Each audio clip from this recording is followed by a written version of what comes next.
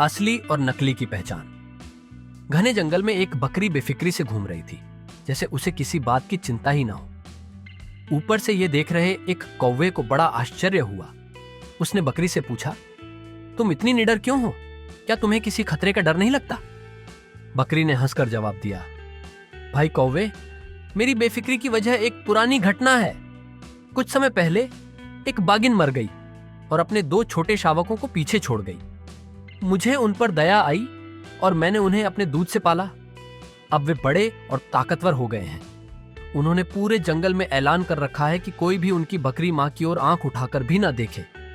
अब जंगल के सबसे भयंकर शिकारी भी मुझसे डरते हैं, छोटे जानवरों की तो बात ही क्या। यह सुनकर कौवे ने सोचा, काश मैं भी ऐसा कोई नेक काम कर पाता तो पक्षियों की दुनिया में मुझे भी सम्मान मिलता।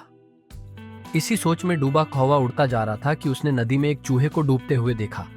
वह तुरंत नीचे उतरा और चूहे को पानी से निकालकर एक बड़े पत्थर पर रख दिया ताकि वह सूख सके।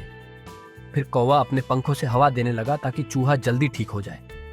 जैसे ही चूहे को होश आया, उसने आभार व्यक्त करने की बजाय कौवे के पंख कुतरने शुरू कर दिए। कौवा अपनी भलाई में इतना मग्न था कि उसे यह बात महसूस ही नहीं हुई। चूहा पूरी तरह सूखते ही अपने बिल की ओर भाग गया और पीछे कौवा अपने कटे फटे पंखों के साथ रह गया। अपनी भलाई पर खुश होकर कौवे ने लंबी उड़ान भरने की कोशिश की, लेकिन जैसे ही उसने पंख फड़फड़ाए, वह सीधे जमीन पर गिर पड़ा। अब उड़ने में असमर्थ वह बस कूद कूद कर इधर उधर चलने लगा। संयोग से बकरी वहीं से गुजरी और उसने कौवे को इस हाल में देखकर पूछा, भाई कौवे, तुम्हारे साथ क्या हुआ? गुस्से से भरा कौवा बोला, यह सब तुम्हारी वजह से हुआ। तुम्हारी कहानी से प्रेरित होकर मैंने भी अच्छा बनने की कोशिश की। मैंने एक चूहे की जान बचाई और बदले में उसने मेरे पंख कुतर दिए और भाग गया।